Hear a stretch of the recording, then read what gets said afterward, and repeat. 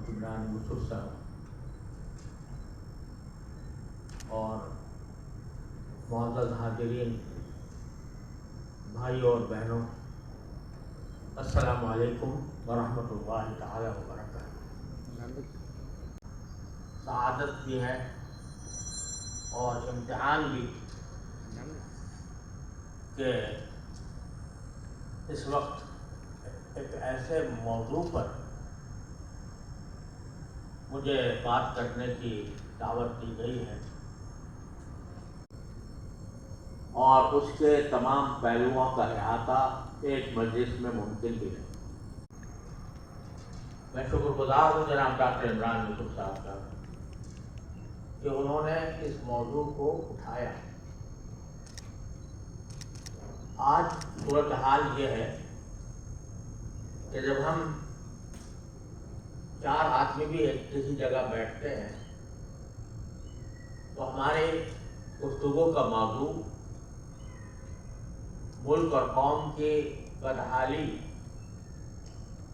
اور جن مسائل کا ہم شکار ہیں ان کا تذکرہ ہو۔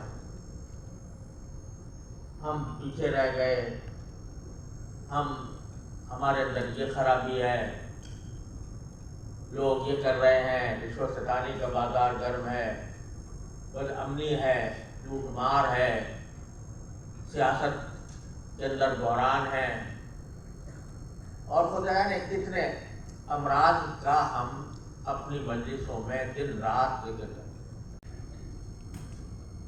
اس ذکر کا نتیجہ سوائے اس کے کچھ اور نہیں ہوتا کہ دلوں میں مایوسی پیدا ہو، اور مایوسی ایک ایسی بلا ہے کہ جب کسی قوم کو قوم پر وہ بلا مسلط ہو جائے تو اس کی اصلاح کے راستے مسدود ہو جائے۔ مایوسی کو قرآن و حدیث کی تعلیمات کی روشنی میں کفر کے قریب کہا گیا، اور آج ہمارے ماحول پر یہ مایوسی بری طرح مسلط ہے۔ مایوسی کو دور کیا جائے، اور یہ جو عنوان ڈاکٹر صاحب نے تجویز فرمایا کہ خود محتاجی سے خود مختاری کا سفر، یہ کس طرح یہ سفر طے کیا جائے؟ واقعہ ہے کہ ہم محتاج ہیں اس وقت۔ یہ واقعہ ہے کہ ہم دوسروں کی احتیاج پر جی رہے ہیں۔ قرضے ہم نے لیے ہوئے ہیں، قرضے کے اوپر ہماری زندگی گزر رہی ہے۔ ہم دوسروں کے پیسوں کے بھی محتاج ہیں، ہم دوسروں کی ٹیکنالوجی کے بھی محتاج ہیں، ہم دوسروں کے علوم کے بھی محتاج ہیں، اور معیشت میں بھی ہم دوسروں کے محتاج چلے آ رہے ہیں۔ کیسے اس محتاجی سے نکلیں؟ اس کے لیے میں قرآن کریم کی دو آیتیں آپ کی خدمت میں پیش کرنا چاہتا ہوں۔ قرآن کریم اللہ تبارک و تعالیٰ نے ہمیں ایک ایسی نعمت عطا فرمائی ہے کہ ہماری ہر مشکل کا حل اس میں موجود ہے، لیکن افسوس ہے کہ ہم قرآن کریم کو پس پش ڈالے ہوئے، کبھی اپنی ہدایت کے لیے، رہنمائی کے لیے قرآن کریم کی طرف رجوع کرنے کی ہمیں عادت نہیں۔ قرآن کریم اس مقصد کے لیے طاق میں رکھا ہوا ہے کہ جب کبھی کوئی برکت کے لیے اس کو استعمال کرنا ہوگا تو اس کو اٹھا لیا جائے گا، لیکن اس نے ہمیں ہدایت کے کیا پیغام دیے ہیں ان کی طرف ہماری توجہ نہ ہونے کے برابر۔ اس موضوع پر قرآن کریم کی دو آیتوں کا ذکر کروں گا جن میں اس مایوسی کے عالم میں ہمیں قرآن کریم نے ایک راہ دکھائی، اور اگر ہم اس راہ پر چل پڑے تو وہ دن دور نہیں جب ہم اس مایوسی کے گرداب سے نکلیں گے۔ ایک آیت قرآن کریم کی یہ ہے ان اللہ لا یغیر بقوم حتی یغیروا ما بانفسہم. یہ قاعدہ کلیہ قرآن کریم میں بیان ہے کہ اللہ تبارک و تعالیٰ کسی قوم کی حالت اس وقت تک نہیں بدلتے جب تک کہ وہ خود اپنے اندر تبدیلی پیدا کرنے کے لیے تیار نہ ہو. اور اقبال نے اسی آیت کو شعر میں بیان، خدا نے آج تک اس قوم کی حالت نہیں بدلی جسے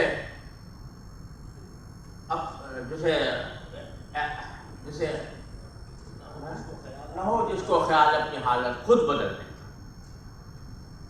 یہ ایک ایسی عظیم ہدایت ہے کہ اگر ہم اس کو ذرا سمجھ کر اور اس کے مطابق اپنی زندگی کو بدلنے کی کوشش کریں تو یہ سارے گرداب جو ہمیں اپنے سامنے نظر آ رہے ہیں، ساری مشکلات اور رکاوٹیں جو ہمیں محسوس ہو رہی ہیں، وہ ساری ہوا ہو جائے. اس کا پہلا تقاضا کہ آدمی سب سے پہلے یہ سمجھے کہ جو کچھ ہو رہا ہے وہ اس وجہ سے ہو رہا ہے، جو کچھ غلطیاں ہو رہی ہیں وہ اس وجہ سے کہ اس غلطیوں میں میں خود بھی شریک ہوں. سب سے پہلا اس کا قدم یہ ہے کہ مایوسی کو دل سے نکالے. اگر بدلنے کا ارادہ ہی نہیں، اگر کوئی تبدیلی لانے کا جذبہ ہی نہیں ہے تو پھر کیسے تبدیلی آئے گی؟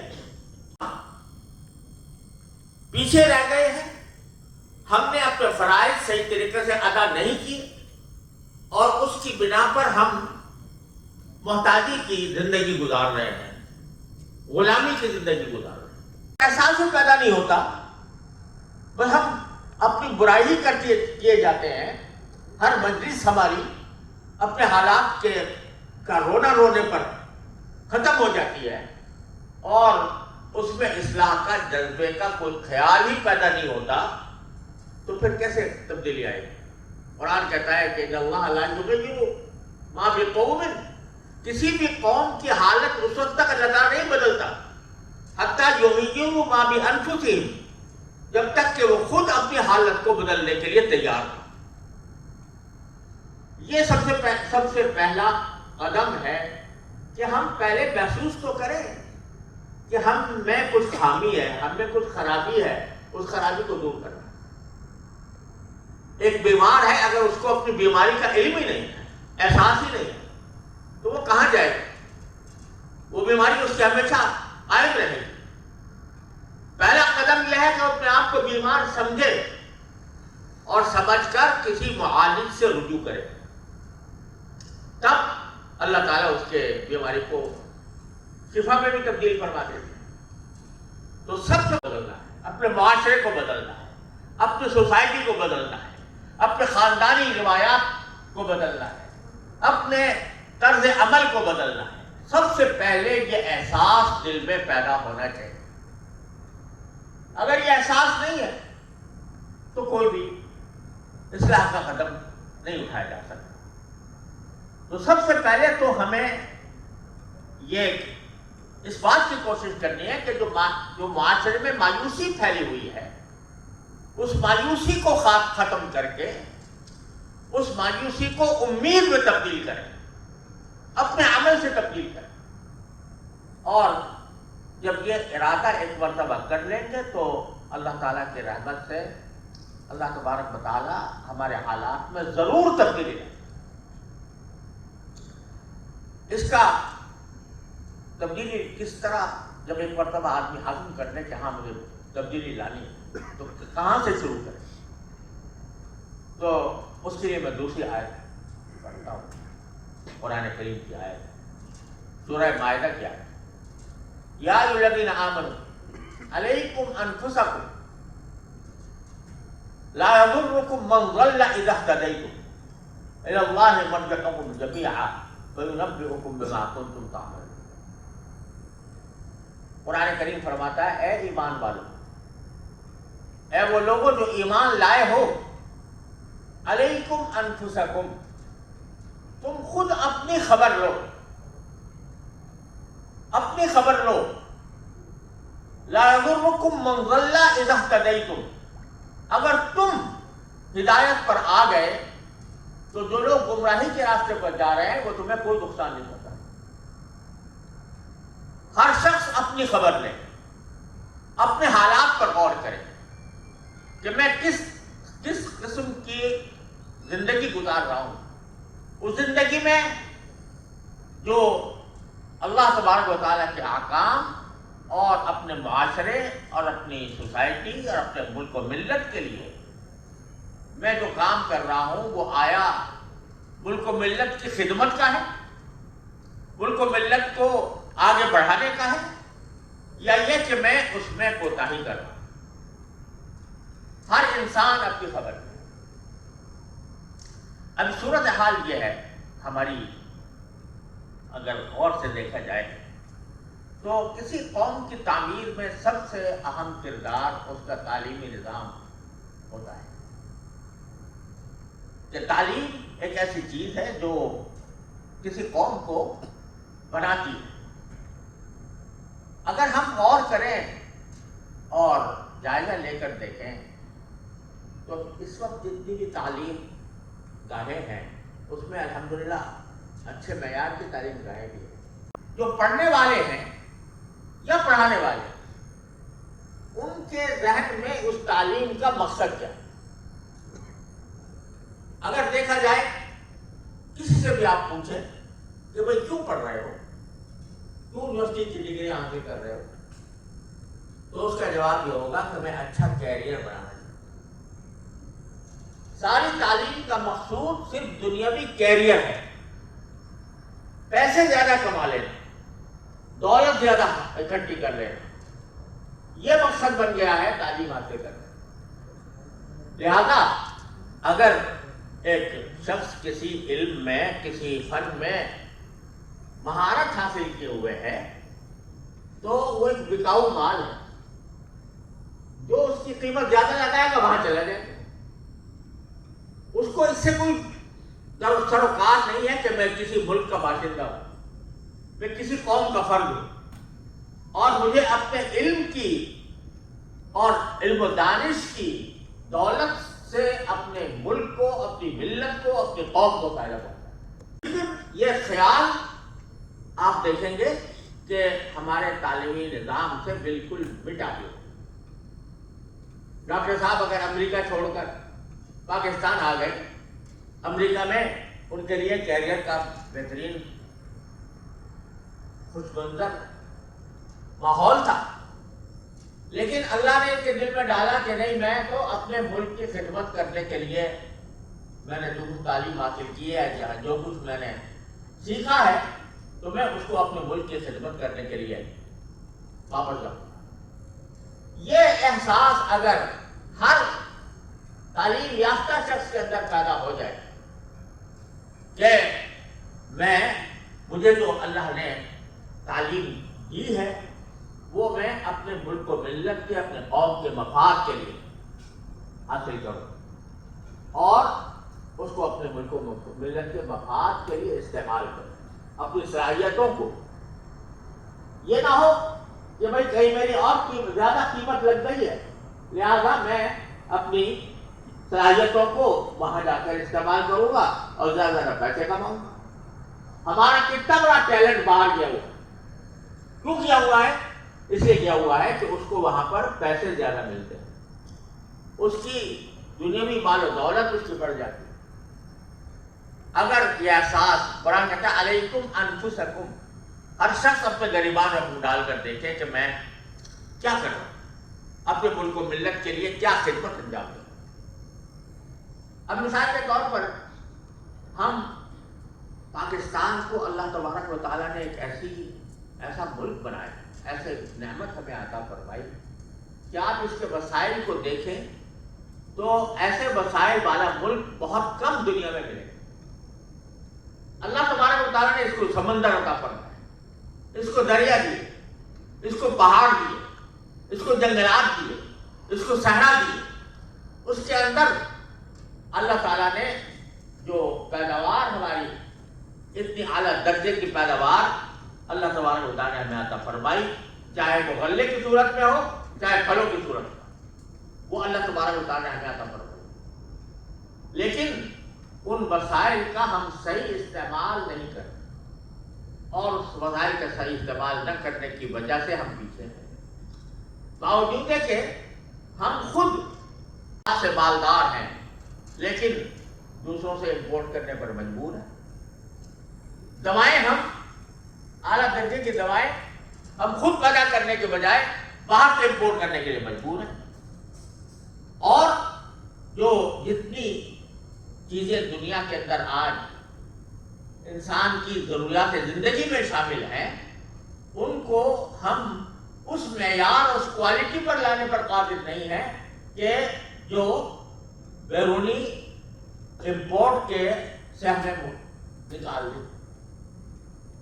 ہمارے یہاں تک کہ ہم وہ چیزیں امپورٹ کر رہے ہیں کہ جو محض ایک زیب و زینت کی چیزیں ہیں، اور وہ ہمارے ہاں پیدا ہو سکتی ہیں اور موجود بھی ہیں، لیکن ہمارے پیدا کار لوگوں کو جو پروڈیوسرز ہیں ان کو اس بات کی فکر کم ہے کہ وہ ہم ایسی کوالٹی پیدا کریں، ایسی پروڈکٹس لائیں کہ جس کے نتیجے میں ہمیں باہر سے امپورٹ کرنے کی ضرورت نہ ہو۔ اگر تاجر برادری اور صنعت کار یہ طے کر کے بیٹھ جائے کہ میرا کام صرف پیسے کمانا نہیں ہے، میرا کام اس ملک کی خدمت کرنا ہے، میرا کام یہ ہے کہ میں اس ملک کا نام روشن کروں، میرا کام یہ ہے کہ میں ایسی پروڈکٹس لاؤں کہ جو دنیا کی پروڈکٹس کا مقابلہ کر سکے، اگر انسان اس کو مقصد زندگی تاجر اس کو اپنا مقصد زندگی بنا دے، حالات پلٹ کر انقلاب آ جائے گا، لیکن اس طرف توجہ کم ہے، اور اس کی وجہ سے ہم ابھی تک محتاجی کی زندگی بسر کر رہے ہیں۔ میں کچھ دنوں پہلے میرا چیمبر آف کامرس سے خطاب کرنے کا موقع ملا تھا، وہاں پر بھی میں نے اپنے دوستوں اور بھائیوں سے عرض کیا تھا کہ یہ قوموں میں جو انقلاب آتے ہیں وہ ہمیشہ اسلحہ کے زور پر نہیں، بلکہ عوام کے طرز عمل بدلنے سے آتے۔ قرآن نے یہ جو کہا ہے کہ اس قوم کی حالت اللہ نہیں بدلتا کہ جو خود اپنے حال کو بدلنے کے لیے تیار نہ ہو، اس کا مطلب یہ ہے کہ اصلاح جو ہے وہ اوپر سے آنے کے بجائے نیچے سے شروع ہوتی۔ ایک صورت یہ ہے کہ ایک حکومت ایسی آ جائے جو ڈنڈے کے زور پر آپ سے کام کرا لے، وہ ڈنڈے کے زور پر بے شک ہو جائے گا لیکن دل اس کے اوپر مطمئن نہیں ہوگا۔ لیکن اگر دل میں یہ احساس موجود ہے، عوام کے دلوں میں احساس موجود ہے کہ ہمیں اپنے معاشرے کو بدلنا ہے، ہمیں اپنے حالات درست کرنے ہیں، ایک فرد ہم میں سے اس بات کے لیے تیار ہو جائے کہ میں جس میدان میں کام کر رہا ہوں اس میدان کو میں ملک و ملت کی خدمت کے لیے استعمال کروں۔ ملک و ملت کی خدمت کے لیے استعمال کرنے سے ایسا نہیں ہے کہ وہ فاقو بھر جائے گا یا اس کی آمدنی بالکل نہیں ہوگی، وہ فقیر ہو جائے گا، نہیں، لیکن اس میں بھی اس کو اللہ تبارک تعالیٰ اچھا روزگار عطا فرمائیں گے، اور اچھا روزگار عطا فرمائیں گے، لیکن اس روزگار میں پاکیزگی ہوگی، اس میں ندرت ہوگی، اس میں دوسروں کو دعوت ہوگی کہ وہ اسی قسم کے چیزیں پیدا کرے۔ تو یہ تاجر ہے تو وہ اس طرح کرے، کہ وہ صنعت کار ہے تو وہ صنعت اپنے ملک کی بہتری کے لیے کرے، تجارت اپنے ملک کی بہتری کے لیے کرے، اور اگر کوئی شخص کاشتکار ہے، زمیندار ہے، تو وہ زراعت وہ اپنے ملک کے فائدے کے لیے کرے، صرف اپنی دولت کمانا مقصود نہ ہو۔ اگر کوئی معلم ہے، استاد ہے، وہ استاد صرف پیسے کمانے کے لیے نہ پڑھائے، وہ اس لیے پڑھائے کہ تاکہ میں اپنی نسل کو ایک بہتر نسل بناؤں، میری قوم کے یہ بچے جب جوان ہوں تو اس قوم کے بہترین ستارے ثابت ہوں اور یہ قوم کی ملک و ملت کی خدمت کے لیے تیار ہوں۔ کوئی وکیل ہے تو وہ وکالت اس مقصد کے لیے کرے کہ میں اپنے قوم کے اندر قانون کی بالادستی قائم کروں۔ ہر انسان اگر اپنی جگہ پر اپنے فرائض سے آگاہ ہو جائے اور فرائض کو صحیح طریقے سے ادا کرنے لگے تو وہ قرآن کہتا ہے کہ یا الذین آمنوا علیکم انفسکم، اپنی خبر اپنے حالات کو درست کرو۔ ایک اور حدیث ہے، نبی کریم صلی اللہ علیہ وسلم نے فرمایا کہ جب تم دیکھو کہ دنیا میں 4 باتیں پیدا ہو گئی، وَدَعْ عَنْكَ أَمْرَ الْعَامَّةِ، عجیب جملہ فرمایا کہ ایسے موقع پر اپنی فکر کر لو، یعنی اپنے آپ کو درست کرنے کی فکر کر لو۔ عام لوگ کیا کر رہے ہیں اس کی فکر چھوڑ دو۔ عام لوگ کیا کر رہے ہیں اپنی فکر چھوڑ دو۔ اب آپ سوچئے، بظاہر تو یہ بات کہی جا رہی ہے کہ تم اپنی فکر کرو، دوسروں کو چھوڑ دو، لیکن اگر ہر انسان اس پر عمل کرے کہ اپنی فکر کر لے، اپنے حالات کو درست کر لے، اپنے معاملات کو درست کر لے، تو ایک چراغ جل گیا، دوسرا آپ یہ اس کو بھی خطاب کیا کہ تم بھی اپنے حالات کو درست کرو، وہ دوسرا چراغ جلا، پھر تیسرے کو بھی حکم یہ ہے کہ اپنے آپ کو درست کرو، تیسرا چراغ جلا، چراغ سے چراغ جلتے چلے جائیں گے اور پھر معاشرہ درست ہو جائے گا۔ اس موقع پر داخل کامرہ عام میں جو فرما رہے ہیں کہ عام لوگوں کی باتوں کو چھوڑ دو، یعنی جو تم تبصرے کرتے رہتے ہو ہر وقت مجلس میں بیٹھ کر کہ فلاں یہ کر رہا ہے، فلاں کے اندر یہ خرابی پیدا ہو گئی ہے، فلاں میں یہ فساد ہے اور فلاں طبقے کے اندر یہ کمزوری ہے، یہ جو تم تبصرے کرتے رہتے ہو اس کو چھوڑ دو۔ اپنے کو دیکھو، تم میں کیا ہوں اور میرے دل میں کیا فریضہ ہے، میں کس طرح اپنی اصلاح کر سکتا ہوں، میں کس طرح اللہ کے سامنے جب پیش ہوں گا تو کیا جواب دوں گا، اپنی میری روزی حلال ہے کہ نہیں ہے، میں اپنی ملک و ملت کی کوئی خدمت کر رہا ہوں کہ نہیں کر رہا، میں اللہ تبارک و تعالیٰ کے احکام کے مطابق اپنی زندگی گزار رہا ہوں کہ نہیں گزار رہا۔ ہر آدمی یہ فکر اپنے اندر پیدا کر لے، دوسروں کو چھوڑو، دوسرے کیا کر رہے ہیں اس کو چھوڑو، اپنی فکر کرو، علیک بخاصۃ نفسک۔ یہ علاج ہے جو نبی کریم صلی اللہ علیہ وسلم کو ارشاد فرمایا۔ تو اب جب اگر صنعت کار ہے اپنی صنعت کاری کو درست کرے، اگر وہ زمیندار ہے تو اپنے پیشے کو درست کرے، وہ اگر کوئی ملازم ہے تو ملازمت کو درست کرے، اگر وہ سرکاری محکمے میں ملازم ہے اپنے حالات کو درست کرے کہ جو وقت اس نے بیچا ہے اپنے کام کے لیے جس کو اس کو مقرر کیا گیا ہے، اگر اس کو 8 گھنٹے کی ڈیوٹی دینی ہے 8 گھنٹے کی ڈیوٹی دے، اس میں ڈنڈی نہ مارے۔ اگر اس کے پاس کوئی کام کرانے کے لیے آتا ہے تو اس کا کام خوش دلی سے، اس کا کام اس کو خوش آمدید کہہ کر ادا کرے اور رشوت ستانی سے اور اس کے اوپر بالائی آمدنی حاصل کرنے سے۔ اللہ تبارک و تعالیٰ نے ہمیں یہ دنیا میں بھیجا تو یہ فرض کیا مقصد بتایا قرآن کریم میں، ما خلقت الجن والانس الا لیعبدون، جنات اور انسانوں کو میں نے صرف ایک کام کے لیے پیدا کیا ہے، اس کے سارے کام درست ہوں گے۔ جو نماز کو ضائع کرے گا دوسرے کام اس سے نہ برباد ہو۔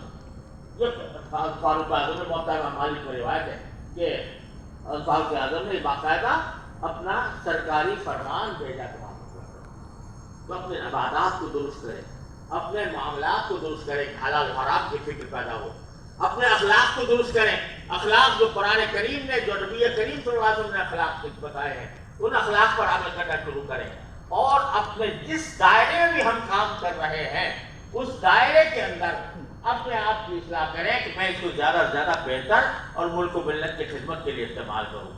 یہ ہے میں تمہارے معاشرے میں تبدیلی لے آؤں۔ ان اللہ لا یغیر ما بقوم حتی یغیروا ما بانفسہم۔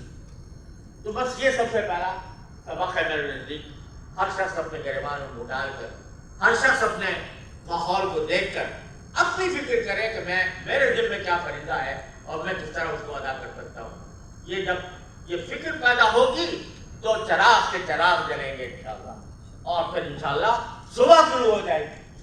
اللہ تبارک و تعالیٰ کے فضل و کرم سے مایوسی کا کوئی راستہ نہیں ہے. مایوسی بالکل غلط بات ہے. آپ بھی اسی نیت سے اپنی اصلاح شروع کرے کہ میں درست ہوگا تو انشاءاللہ میرے ساتھی بھی درست ہوں گے اور اللہ تبارک و تعالیٰ اس ماحول میں تبدیلی پیدا فرمائیں گے. اللہ تبارک و تعالیٰ ہم سب کو اس کی توفیق عطا فرمائے. وآخر دعوانا ان الحمدللہ.